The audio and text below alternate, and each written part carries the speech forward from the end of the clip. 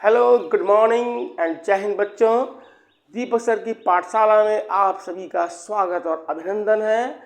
और आज मैं आप लोगों के लिए एक बहुत अच्छा टॉपिक लेकर के आया हूँ और ये टॉपिक रिलेटेड है मोशन से। आप लोगों ने अभी तक जितने मोशन पढ़े हैं, जो क्लास 9th और 10th के बच्चे हैं, वो अभी तक सिर्फ दो तरह का मोशन समझते हैं।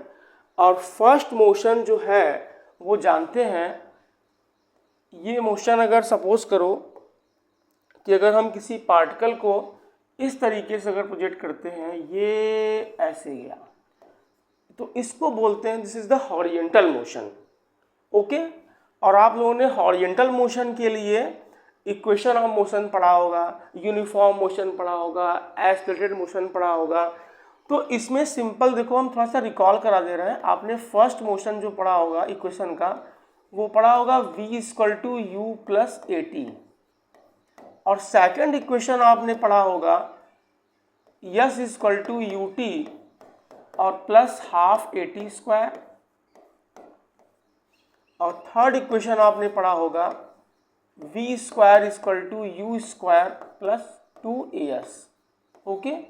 यहाँ क्या है, u इनिशियल वेलोसिटी है और v फाइनल वेलोसिटी है, s डिस्प्लेसमेंट है, t टाइम है।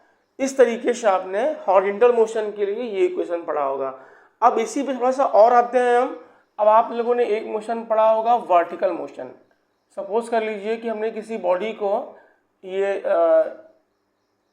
वर्टिकली हमने ड्रॉप कर दिया, या हमने इसको नीचे से ऊपर जो है इस तरीके से फेंक दिया, तो इसको हम लोग कहते हैं कि ये है मोशन इन प्लेन हो जाएगा ये, और ये होगा मोशन अंडर ग्रेविटी।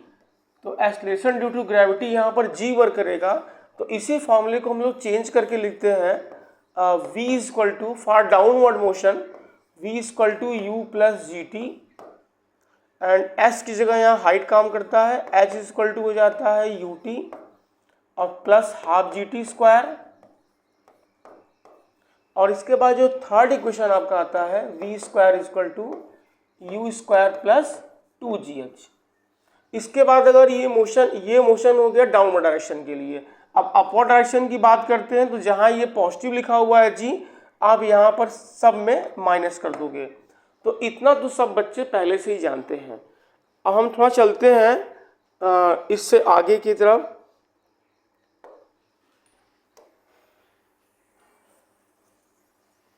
तो आप लोगों ने देखा होगा कभी कभी हम लोग जो है किसी बॉल को जो थ्रो कर देते हैं ग्राउंड से, ठीक, जस्ट लाइक दिस। सपोज करो हमने कहा कि ये हमारा हो गया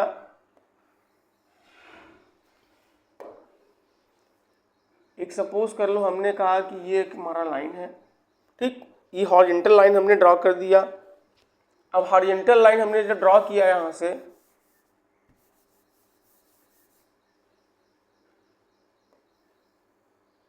अब किसी बॉडी को हम थ्रो कर रहे हैं इस तरीके से, देखो ये हमने थ्रो कर दिया, ठीक। अब ये बॉडी यहां से थ्रो हुआ और ये जाकर के इस तरीके से गिरता है। जैसे हम किसी बॉल को अगर थ्रो कर देते हैं, ठीक है, तो वो बॉल जाकर के नीचे इस तरीके से गिरता है। तो जो इसका पाथ बेटा बनता है, अब ये किस तरह का बनता है और ये मोशन किस तरह का है। तो अब हम लोग बात करते हैं टू डायमेंशनल मोशन की। तो टू डायमेंशनल मोशन का मीनिंग होता है कि अगर कोई बॉडी किसी प्लेन में मोशन करती है, प्लेन का मतलब टू डायमेंशनल, तो उसको हम लोग कह देते हैं कि मोशन इन प्लेन है। तो जस्ट लाइक देखो यहाँ पर जो बॉडी है उसको हमने थ्रो किया, तो वो इस तरीके से मोशन कर रहा है, तो इसको हम लोग कहेंगे मोशन इन प्लेन। अब मोशन इन प्लेन हो गया, तो ये मोशन किस तरीके का है, देखो अब इसको फोर्स कौन प्रोवाइड कर रहा है, हमने थ्रो कर दिया। अब थ्रो करने के बाद मेरा काम खत्म हो गया। अब इस पर ये यहाँ से जब थ्रो हुआ तो ये वापस जो है ग्राउंड पर क्यों आ रहा है, इसका रीजन क्या है, इसके पीछे का रीजन क्या है। इसको अर्थ अपनी तरफ अट्रैक्ट कर रहा है, ग्रेविटेशनल फोर्स अप्लाई कर रहा है। जब फोर्स अप्लाई करेगा तो वहां पर एक वर्क करेगा एक्सेलरेशन, जिसको हम कहते हैं एक्सेलरेशन ड्यू टू ग्रेविटी। तो उसका डायरेक्शन जो होगा वो हमेशा डाउनवर्ड डायरेक्शन होगा। ओके। अब थोड़ा सा हम और आगे चलते हैं। अब सपोज कर लो हमने इसको हॉरिजेंटल से, हमने इस बॉडी को हॉरिजेंटल से थ्रो किया, ओके, हॉरिजेंटल से हमने इसको थ्रो किया किसी एंगल पे। सपोज कर लो कि हमने इसको हॉरिजेंटल से थीटा डिग्री पर इसको हमने थ्रो किया है और विथ वेलोसिटी u। अभी हम इसका मैग्नीट्यूड लिख रहे हैं सिर्फ, ये सपोज करो इसकी वेलोसिटी हमने कितनी दी, इसको u दी। अब आप लोगों ने वेक्टर एनालिसिस में पढ़ा होगा कि हम किसी वेक्टर को रिजॉल्व करते हैं, हॉरिजेंटली रिजॉल्व करते हैं और वर्टिकली रिजॉल्व करते हैं। तो इसका जो हॉरिजेंटल कंपोनेंट आएगा वेलोसिटी का, इसको अगर हम कह दें कि ये ux है और ux की वैल्यू कितनी होती है बच्चों, u cos थीटा, ये u cos थीटा हो गया। और जो इसका वर्टिकल कंपोनेंट आएगा दिस, तो वर्टिकल कंपोनेंट जो इसका आएगा उसको हम लोग कहते हैं uy, और uy की वैल्यू हो जाती है u sin थीटा। अब इसके पास देखो बच्चों दो वेलोसिटी आ गई, एक हो गया u sin थीटा और एक हो गया u cos थीटा, ठीक। अब यहाँ पर देखो दो तरीके का मोशन है। अब इसको सपोज कर लो कि ये ओरिजिन है और इस डायरेक्शन को हमने कह दिया चलो ये एक्स एक्सिस है और इसको हमने कह दिया ये वाई एक्सिस है। अब हम सपोज करते हैं, हम इसका पाथ जानना चाहते हैं कि इसका पाथ क्या है, जो ये कर्व बन रहा है तो इस कर्व का इक्वेशन क्या है। तो हम थोड़ा सा यहाँ पर मैथमेटिक्स का यूज़ कर रहे हैं और आप जानते ही हैं कि mathematics is the language of physics.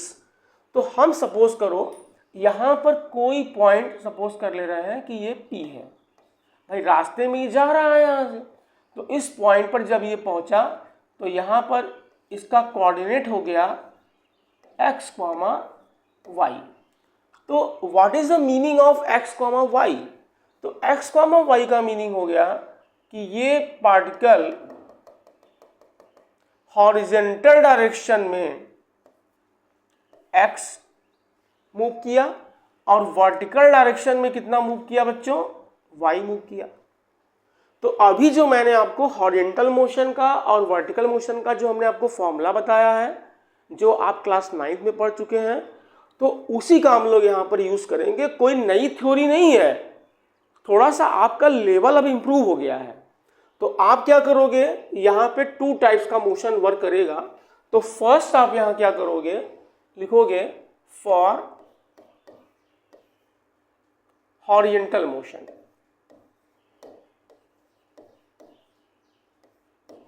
For horizontal motion मतलब हॉरिजॉन्टल डायरेक्शन में जब ये मूव कर रहा है तो क्या होगा। अच्छा, अब पॉइंट P पर वो कितना टाइम में पहुंचा है, सपोज कर लो इसको टाइम T लगा है पहुंचने में यहाँ पर, ओके। तो आप यहाँ पर हॉरिजॉन्टल डायरेक्शन में देख रहे हो, यहाँ पर देखो प्रोजेक्टाइल मोशन में क्या होता है कि कोई भी बॉडी अगर मोशन कर रही है इस तरीके से, तो हॉरिजॉन्टल डायरेक्शन में कोई भी फोर्स यहाँ वर्क नहीं कर रहा है, no work along the direction of horizontal. यहाँ पर सिर्फ वर्टिकल डायरेक्शन में एक्सेलरेशन वर्क करता है, वो जी, वो भी डाउनवर्ड डायरेक्शन में। तो इसके सारे पॉइंट पर, यहाँ से यहाँ तक के हर पॉइंट पर इसकी जो हॉरिजॉन्टल स्पीड होती है, वेलोसिटी है, वो हमेशा कांस्टेंट होगी। ये हर पॉइंट पर वही होगा, यहाँ भी वही होगा, यहाँ भी वही होगा, हर पॉइंट पर इसका यही वैल्यू आएगा। तो हॉरिजॉन्टल डायरेक्शन में सिंपल हम फॉर्मूला यूज करते हैं। आप जानते हैं कि डिस्टेंस इक्वल टू क्या होता है, डिस्टेंस इक्वल टू हो जाता है बच्चों, हॉरिजॉन्टल डिस्टेंस को हम लोग बोलेंगे x, तो x is equal to horizontal speed कितनी है, u cos theta into t है। अब यहां से साइड चेंज कर दो, तो साइड चेंज करेंगे जब हम यहां से, तो टाइम की वैल्यू कितनी आ जाएगी, x upon u cos theta, okay. Time का वैल्यू हमने फाइंड कर लिया। अब इसके बाद हम बात करते हैं motion in vertical direction, for vertical direction, for vertical direction या वर्टिकल मोशन कह सकते हो। ये दोनों मोशन कर रहा है पार्टिकल आपका, हॉरिजॉन्टली भी मोशन कर रहा है, वर्टिकली भी मोशन कर रहा है। तो वर्टिकल डायरेक्शन की अगर बात करते हैं तो हम फॉर्मूला पढ़े हैं h = ut plus half GT²। But ये मोशन किस डायरेक्शन में हो रहा है, वर्टिकली ऊपर की तरफ हो रहा है, तो यहाँ पर g की जो वैल्यू आएगी वो निगेटिव में होगी। तो आप यहाँ पर फॉर्मूला यूज करोगे h = ut minus half GT²। Okay, अब आपको हमने पहले कहा था यहाँ पर वर्टिकल डायरेक्शन में इसका h का वैल्यू कितना है, y है। यहाँ इसकी जो हाइट है वो कितनी है, y की इक्वल हमने कंसीडर की है। तो आप इन प्लेस ऑफ h क्या करोगे बच्चों, y पुट कर दो। तो y = और u की जगह यहाँ वर्टिकल वेलोसिटी पुट करोगे uy। तो uy की वैल्यू कितनी आ जाएगी, इसकी वैल्यू है u sin थीटा। तो u sin theta into t minus half GT²। अब नेक्स्ट स्टेप में आप क्या करोगे, जो टाइम की वैल्यू हमने यहाँ फाइंड की है उसको पुट कर दो। तो u sin थीटा और टाइम की वैल्यू कितनी है बच्चों, x/u cos theta. Clear, minus यहां भी आप टाइम की वैल्यू पुट कर दीजिए। t² मीन्स x², इसका पूरे का स्क्वायर कर दो तो u² cos² थीटा। क्लियर, अब यहां से देखो u और u कैंसिल हो गया, sin theta upon cos theta is tan theta. तो x tan theta minus half gx² upon u² cos² theta y = तो अब ये जो इक्वेशन यहां आपको दिख रहा है बच्चों, this is the equation of projectile motion. अब आप इसको कह सकते हो कि ये प्रोजेक्टाइल मोशन का इक्वेशन है। देखो इसको अंडर बॉक्स कर दो भाई, आपको यही याद करना है, y = x tan theta minus 1/2 gx² upon u² cos² theta. और थोड़ा सा मैथमेटिक्स में अगर आप आगे भी पढ़ोगे कोऑर्डिनेट ज्योमेट्री, तो यहाँ देखो x और y दोनों वेरिएबल हैं और इसमें x का स्क्वायर है और y का स्क्वायर नहीं है। तो आप लोगों ने पढ़ा होगा क्लास 10th में क्वाड्रेटिक पॉलिनोमियल। तो क्वाड्रेटिक पॉलिनोमियल जब पढ़ाया गया होगा वहाँ पर, तो वहाँ पे एक बताया गया होगा इस तरीके का इक्वेशन बच्चों को, y² = कोई भी ले लो, यहाँ पर y² = x का फॉर्म आ गया, या ऐसे आ गया y = ax² plus bx plus c, आप लोगों ने पढ़ा होगा। तो आपने देखा होगा कि इसका जो पाथ बनता है बेटा वो पैराबोलिक होता है, वहाँ पैराबोलिक वर्ड यूज किया गया होगा। तो हम यहाँ कह सकते हैं this is the path of parabola. तो इस तरीके से हम कह सकते हैं कि प्रोजेक्टाइल मोशन जो आपका होगा यहाँ पर वो कैसा होगा, मतलब पाथ ऑफ प्रोजेक्टाइल। तो इस तरह के मोशन को हम लोग कहते हैं projectile motion. Path of projectile will be, ये कैसा होगा बच्चों, parabolic in nature, parabolic in nature. Clear, ये जो पाथ होगा इसको पैराबोलिक भी बोलते हैं और ट्रेजेक्ट्री वर्ड भी उसके यूज करते हैं, ट्रेजेक्ट्री भी कहा जाता है। तो इस तरीके से हम लोग इस इक्वेशन से ये फाइंड कर सकते हैं कि वो किस पॉइंट पर अगर पहुंच रहा है। सपोज करो कि हमने यहाँ पर इसी इक्वेशन में x की वैल्यू दे दी, थीटा की वैल्यू दे दी, u की वैल्यू दे दी, तो y फाइंड हो जाएगा। मतलब हॉरिजॉन्टल डायरेक्शन में अगर हमने कहा हमको यहाँ पर पता करना है इस पॉइंट पर ये कितने हाइट पर पहुंच गया था, ठीक, तो हम यहाँ से यहाँ तक की वैल्यू x की पुट कर देंगे इसमें और फिर हम y की वैल्यू फाइंड कर लेंगे। क्लियर हो गया। तो ये है इसका पाथ प्रोजेक्टाइल मोशन का। ठीक, अब हम लोग क्या इसमें डिस्कस करेंगे कि अब ये प्रोजेक्टाइल मोशन कर रहा है तो ये कितने टाइम के बाद यहाँ पहुँचेगा, या ये मैक्सिमम हाइट कितना जाएगा। इसे अगर आप मैक्सिमम हाइट की बात करते हो तो बिल्कुल देखो सेंटर में ये पॉइंट है, यहाँ से जाएगा ये हाइट जो इसकी होगी वो मैक्सिमम हाइट होगी।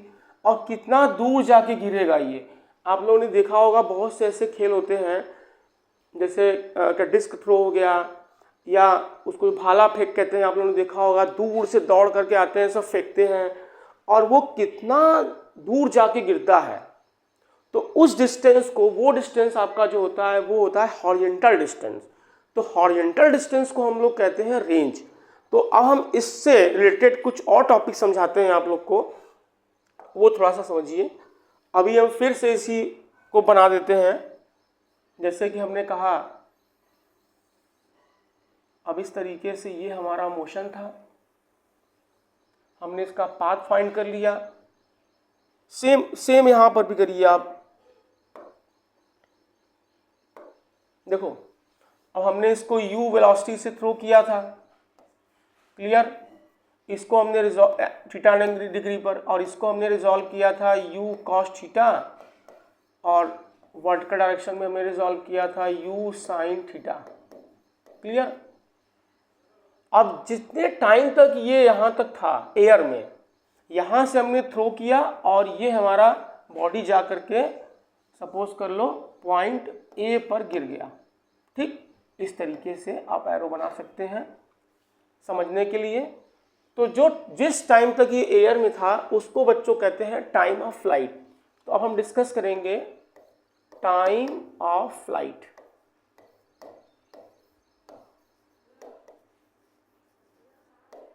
तो टाइम ऑफ फ्लाइट को हम लोग कहते हैं कैपिटल टी। इसको हम लोग कैपिटल टी से रिप्रेजेंट करते हैं। अच्छा, अगर हम बात करते हैं यहाँ पर, तो यहाँ से यहाँ तक का पूरा मोशन जो हो रहा है, तो इसमें अगर आप देखो तो इसमें हाइट कितना वो ट्रेवल किया, पॉइंट ओ टू ए अगर देखते हो तो डिस्प्लेसमेंट अलोंग वर्टिकल डायरेक्शन की वैल्यू यहाँ क्या आती है, 0 आती है। पहले भी ग्राउंड पर था, बाद में भी ग्राउंड पर है वो, क्लियर। तो हम यहाँ फॉर्मूला यूज करेंगे सेकंड इक्वेशन का। तो सेकंड इक्वेशन में जो वर्टिकल हाइट की वैल्यू है वो कितनी हो गई, 0 हो गई during this time interval. h equal to u t, और u कितना यूज करेंगे हम लोग, u साइन थीटा। अगर हम वर्टिकल मोशन की बात करेंगे तो वर्टिकल वेलोसिटी पुट करेंगे, और हॉरिजेंटल डायरेक्शन की बात करेंगे तो हॉरिजेंटल वेलोसिटी पुट करेंगे। तो u साइन थीटा, और टाइम टेकन कितना हुआ बेटा, कैपिटल T। और वर्टिकल मोशन में अगर ये अपवर्ड डायरेक्शन में मोशन कर रहा है तो यहाँ निगेटिव हो जाता है, 1/2 GT स्क्वायर। ये हमारा फॉर्मूला हो गया। इसको साइड चेंज कर दो, टी कैंसिल हो जाएगा। तो यहां से आप देखोगे t की वैल्यू कितनी आ जाएगी, 2u। इसका मल्टीप्लाई इसमें करोगे 2u साइन थीटा, क्लियर। और t कैंसिल हो गया, और ये साइड चेंज करोगे तो ये अपॉन में क्या आ जाएगा, g आ जाएगा। तो t इक्वल टू आ गया 2u sine theta upon g, और इसको हम लोग कहते हैं टाइम ऑफ फ्लाइट, क्लियर। अच्छा, अब नेक्स्ट हमको क्या फाइंड करना है, मैक्सिमम हाइट। तो maximum height of projectile motion is represented by capital H। इसको हम लोग किससे रिप्रेजेंट करते हैं बच्चों, कैपिटल H से। अब कैपिटल H की वैल्यू कैसे फाइंड करेंगे हम लोग, इसको कहते हैं मैक्सिमम हाइट।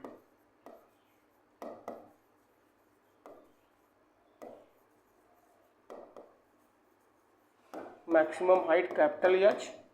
अब इसमें हम यूज करेंगे थर्ड इक्वेशन का, क्योंकि देखो इसमें टाइम नहीं दिया है, time is not given, okay. So we have to use equation number third. तो v square equal to u square plus 2gh, लेकिन अपवर्ड मोशन कह रहा है तो v square equal to u square minus 2gh use करेंगे। और vertical direction में अगर आप बात करेंगे पूरा यहां से यहां तक के लिए, ठीक। तो इसमें आप देखेंगे इस इक्वेशन में जो इसकी वेलोसिटी है वर्टिकल डायरेक्शन में, हम लोग बात करते हैं इस पॉइंट की, हम लोग यहाँ की बात करेंगे अब पॉइंट बी। तो आप देखोगे कि पॉइंट बी पर जब ये पहुंचेगा तो इसका मोशन इस डायरेक्शन में हो जाएगा, मतलब हॉरिजेंटली मूव करेगा। इट मीन्स इस पॉइंट पर क्या होगा कि इसकी जो वर्टिकल स्पीड होगी उसकी वैल्यू 0 होगी at point B, at point B, मतलब ये मैक्सिमम हाइट का पॉइंट है। तो यहां पर आप देखोगे कि इसकी जो वर्टिकल स्पीड है वो फाइनल कितनी हो गई, 0 हो गई। तो v स्क्वायर इक्वल टू होता है u स्क्वायर, और u स्क्वायर कितना है, इसका इनिशियल वेलोसिटी कितनी है, u साइन थीटा। तो u साइन थीटा का होल स्क्वायर करोगे तो यू स्क्वायर आ जाएगा और यहाँ साइन स्क्वायर आ जाएगा, सबको इतना मैथ आता है। तो v square equal to u square minus 2g और h की जगह बच्चों क्या पुट करोगे, कैपिटल H। तो इसको इस साइड ले आओ, तो साइड चेंज करेंगे जब हम इसका, तो h की वैल्यू आ जाएगी you square sine square theta upon 2g। तो ये फॉर्मूला डिराइव हो गया मैक्सिमम हाइट का।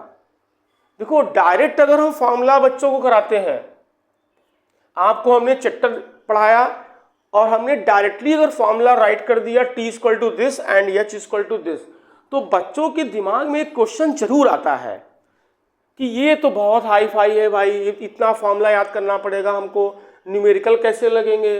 लेकिन आप फॉर्मूले की ओरिजिन पर जाइए, आप फॉर्मूले के ओरिजिन पर जाइए, वो फॉर्मूला जनरेट कहाँ से हुआ है, वो आपके प्रीवियस नॉलेज से हुआ है। अब बताओ इसमें हमने सिर्फ इक्वेशन ऑफ मोशन का यूज़ किया है और आपको हमने समझा दिया और उसी के हेल्प से हमने यहाँ टाइम पीरियड फाइंड कर लिया और इसका मैक्सिमम हाइट फाइंड कर लिया। अब देखो ये जो है यहाँ से पूरा यहाँ तक का जो डिस्टेंस होगा O से A तक का, इसको हम लोग कहते हैं हॉरिजेंटल रेंज। इसका नाम क्या है, हॉरिजेंटल रेंज। तो चलिए हम लोग इसको फाइंड करते हैं। तो हॉरिजेंटल रेंज की वैल्यू कितनी आएगी, हॉरिजॉन्टल रेंज, तो horizontal range is represented by capital R। तो कैपिटल R की वैल्यू बच्चों यहाँ क्या रखोगे, कैपिटल R इक्वल टू, तो हॉरिजॉन्टल डिस्टेंस भी है ये, तो डिस्टेंस की वैल्यू क्या होती है, टाइम इनटू स्पीड होती है। ये आप लोग छोटे क्लास से पढ़ रहे हैं, 6-7 के बच्चे जानते हैं। तो distance equal to speed into time.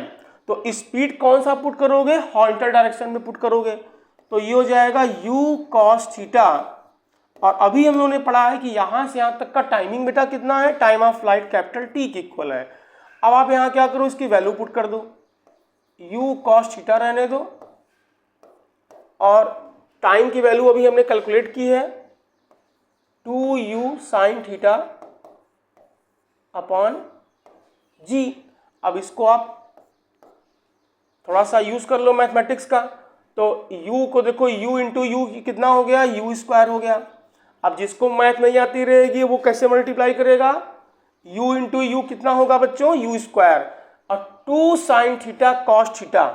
तो 2 साइन थीटा कॉस थीटा को आप एक साथ यूज कर लो, 2 साइन थीटा कॉस थीटा और अपॉन में बच्चों क्या कर दो, g कर दो। ठीक, अब एक फॉर्मूला और होता है, थोड़ा सा मैथ के बच्चे समझते होंगे और वैसे भी फिजिक्स में एक टूल पढ़ाया जाता है बच्चों को पहले ही, तो उसके हिसाब से अगर देखोगे तो 2 साइन थीटा कॉस थीटा की वैल्यू होती है sine 2 theta, sine of 2 theta upon g। This is the formula of range of projectile. तो प्रोजेक्टाइल मोशन अगर कोई बॉडी कर रहा है तो उसका जो मैक्सिमम रेंज का फॉर्मूला है R equal to u square sine 2 theta upon g होता है। क्लियर। तो हमने क्या किया, अभी प्रोजेक्टाइल मोशन में आपको टाइम ऑफ फ्लाइट डिस्कस किया, इसको डिराइव कर दिया, मैक्सिमम हाइट डिराइव किया हमने सेकंड, और थर्ड हमने यहाँ पर डिराइव किया range, range for projectile motion. Okay, अब हम लोग यहाँ डिस्कस करते हैं कि अब जो गेम होता है उसमें जो डिस्क थ्रो होता है या भाला लोग फेंकते हैं, तो उसको हम कितना दूर तक फेंक सकते हैं। हॉरिजॉन्टल रेंज की वैल्यू भी मैक्सिमम हो सकती है। तो मैक्सिमम रेंज करने के लिए हम जब आर को मैक्सिमाइज करेंगे तो आप देखो यू तो हमारे ताकत पे है, हमने यू को बढ़ाते बढ़ाते बढ़ाते बढ़ाते एक मैक्सिमम तक कर दिया, उससे ज़्यादा हम कर नहीं पाएंगे। जी क्या है, एक्सेलरेशन ड्यू टू ग्रेविटी है, इसको भी हम ज़्यादा, इसको हम चेंज नहीं कर सकते हैं, इसकी वैल्यू 9.8 या 10 जो होती है वो प्लेस टू प्लेस डिपेंड करती है, वो फिक्स होती है। अब मेरे हाथ में क्या है, एंगल ऑफ इंक्लाइनेशन, इसका मतलब जो हमारा एंगल ऑफ प्रोजेक्शन है, थीटा को बेटा हम लोग कहते हैं angle of projection, angle of projection भी कहते हैं इसको, ये जानते रहिए आप लोग, कभी कभी न्यूमेरिकल में ऐसे ही दिया रहेगा, एंगल ऑफ प्रोजेक्शन की वैल्यू थीटा 30 डिग्री है, 60 डिग्री है, 45 डिग्री है। तो ये बेटा देखो मेरे हाथ में, जैसे मान लो ये हॉरिजॉन्टल डायरेक्शन हो गया और हम इस तरीके से इसको थ्रो कर रहे हैं, तो हॉरिजॉन्टल से हमारा जो एंगल है, तो डिफरेंट डिफरेंट एंगल अगर हम यहाँ पुट करते हैं तो आप लोगों ने ट्रिग्नोमेट्री में पढ़ा होगा कि साइन 0 की वैल्यू कुछ होती है। अगर यहाँ 0 डिग्री पुट कर दोगे तो ये नॉर्मल मोशन बन जाएगा, हॉरिजॉन्टल वाला मोशन बन जाएगा। अगर थोड़ा सा इसको इंक्लाइन कर दोगे तो फिर ये आपका प्रोजेक्टाइल मोशन बनता जाएगा। थीटा की वैल्यू यहाँ चेंज करते जाएंगे, आपको आर की वैल्यू बदलती हुई मिलती जाएगी। इसका रंग बदलोगे तो इसका भी रंग बदलेगा भाई, क्योंकि R is the function of theta. Clear? अब इसके बाद हम लोग क्या करेंगे, इसको मैक्सिमाइज करेंगे, थोड़ा सा मैथमेटिक्स इसमें यूज करेंगे। तो नेक्स्ट पेज पे चलते हैं हम। तो हमने अभी यहां पर रेंज का फॉर्मूला पढ़ा, R equal to u square sine 2 theta upon g. अब आप लोग को पता होगा कि साइन और कॉस की वैल्यू क्या होती है। साइन थीटा और कॉस थीटा की वैल्यू मैक्सिमम 1 होती है और मिनिमम कितनी होती है, -1 होती है। तो साइन की हमको अब क्या चाहिए, मैक्सिमम रेंज चाहिए। तो लिखोगे यहां पर फॉर आर मैक्सिमम। तो रेंज की वैल्यू मैक्सिमम कब होगी, when sine 2 theta is equal to 1। तो साइन 2 थीटा की वैल्यू 1 का मतलब क्या हो गया, 2 theta is equal to sine 90 की वैल्यू होती है 1, तो आप यहाँ 90 डिग्री पुट कर दो बच्चों। तो थीटा की वैल्यू कितनी हो गई, 45 डिग्री। तो it means for maximum range angle of projectile will be 45 degree. तो अगर कोई बच्चा सपोज करो यहां से उसकी स्पीड फिक्स है, वो अब सपोज कर लो कि वो 30 मीटर पर सेकेंड से ऊपर नहीं फेंक सकता है, तो 30 मीटर पर सेकेंड की स्पीड से अगर वो इस डायरेक्शन में थ्रो करता है, ये एंगल सपोज कर लो 60 डिग्री है। क्लियर? अब वो सोचेगा कि हम ऊपर फेंकेंगे तो बहुत ऊपर जाएगा, तो वो ऐसे फेंकेगा अगर बच्चों, तो ये वर्टिकल जाएगा, तो वहीं पर गिर जाएगा और उसको चोट लगेगी, उसके सिर पे आके गिरेगा। ठीक? तो ये वाले में तो कोई दूर नहीं जाएगा, वहीं पर जहां से फेंकेगा वहीं गिर जाएगा। ये 60 डिग्री हो गया। अब इसके बाद ये डायरेक्शन चेंज कर रहा है अपना, ऐसे जाके गिरेगा। ठीक? अगर ये 45 डिग्री पर इसको थ्रो करता है तो ये सबसे ज्यादा दूर जाके गिरेगा, और इसी को हम लोग कहते हैं मैक्सिमम रेंज। आप लोग भी करके इसको चेक कर लीजिएगा फील्ड में जाकर के, अपने गली में मत करिएगा, नहीं सामने वाले का शीशा टूट जाएगा। अब देखो यहां पर जब हम थीटा की वैल्यू 45 पुट कर दिए बच्चों, तो आर की जो मैक्सिमम वैल्यू यहां पर जनरेट होगी वो होगी यू स्क्वायर अपॉन जी। तो आप न्यूमेरिकल में मैक्सिमम रेंज का फॉर्मूला ये याद करोगे, यू स्क्वायर अपॉन जी होती है। ओके? अब देखो इसी से रिलेटेड हम एक टॉपिक और बताते हैं आप लोग को। हमने अपनी स्पीड को फिक्स कर दिया, ठीक? तो इसी एक्सपेरिमेंट में आप देखोगे कि आपको दो ऐसे एंगल दिखेंगे, ऐसे 2 एंगल्स दिखेंगे जिसके लिए रेंज की वैल्यू सेम आएगी। जैसे हमने यहां से किसी एंगल पे फेंका तो जाकर सपोज कर लो यहां गिरा। अब हमने अपना एंगल चेंज कर लिया और एंगल चेंज करने के बाद भी यहीं आके गिर रहा है। How it possible? तो अब हम इसको मैथमेटिकली कैसे प्रूव करेंगे वो देखिए, दिखाते हैं आप लोग को नेक्स्ट पेज पे। जैसे हमने कहा कि हमने किसी पार्टिकल को थीटा डिग्री पर फेंक दिया, चलो ये हमने थीटा डिग्री पर इसको हॉरिजॉन्टल से थ्रो कर दिया u वेलोसिटी से। क्लियर? और वो जाकर के O से A पर गिर गया। इतना समझ आ गया? अब सपोज कर लो हमने दूसरे एंगल पर इसको थ्रो किया, दूसरे एंगल पे थ्रो किया हमने और ये फिर जाकर के A पर गिर गया, और ये वाला एंगल सपोज कर लो हमने कह दिया ये अल्फा है। तो तो range for theta degree and range for alpha degree both are same. It means range for theta degree is equal to range for alpha degree. तो दोनों की वैल्यू मैथमेटिकली इक्वल है। और फॉर सेम वेलोसिटी तो R की value यहां कितनी होती है, u square sine 2 theta upon g, और आर अल्फा की वैल्यू कितनी होगी, u square sine 2 alpha upon g. जी जी cancel, u square cancel out हो गया। तो साइन 2 थीटा की वैल्यू बच्चों कितनी आ गई, साइन 2 अल्फा आ गई। तो हमने कहा but theta is not equal to alpha, theta alpha के इक्वल तो है नहीं कि आप साइन 2 थीटा की वैल्यू कह दोगे साइन 2 अल्फा है। तो इस केस में क्या होता है कि थोड़ा सा हम लोग यहाँ पे ट्रिग्नोमेट्रिक इक्वेशन चैप्टर पे जाते हैं, तो साइन 2 थीटा की वैल्यू अगर आती है साइन 2 अल्फा माइनस 2 अल्फा आती है, तो आप यहाँ पर साइन 2 अल्फा को लिख सकते हो साइन 180 माइनस 2 अल्फा। तो साइन 180 माइनस थीटा की वैल्यू होती है साइन थीटा, तो हम 2 अल्फा को लिख दिए 180 माइनस 2 अल्फा।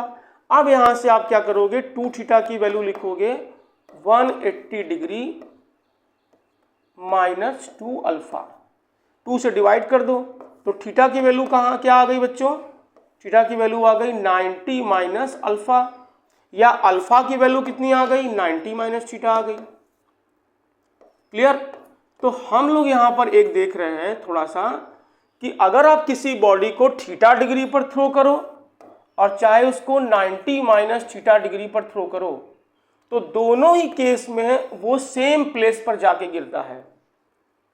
अगर स्पीड कांस्टेंट है तो स्पीड को अगर हम चेंज नहीं करते हैं, तो अगर हम उसको थीटा डिग्री पर थ्रो करें और चाहे 90 माइनस थीटा डिग्री पर थ्रो करें, उसका रेंज क्या आएगा, सेम आएगा। फॉर एग्जाम्पल अगर हमने कहा चलो 30 डिग्री पर फेंक रहा है और उसके बाद 90 माइनस 30 कितना आ गया, 60 डिग्री पर इसको थ्रो कर रहे हैं, तो range for 30 degree and 60 degree both are equal. अगर हम इसको 15 डिग्री पर थ्रो कर रहे हैं तो दूसरे वाले को 90 माइनस 15 का मतलब क्या हो गया, 75 डिग्री पर थ्रो करेंगे। तो ये सब चीजें जो है एमसीक्यू क्वेश्चन में बच्चों आती है, अब हम इसको कराते हैं। ओके, जय हिंद।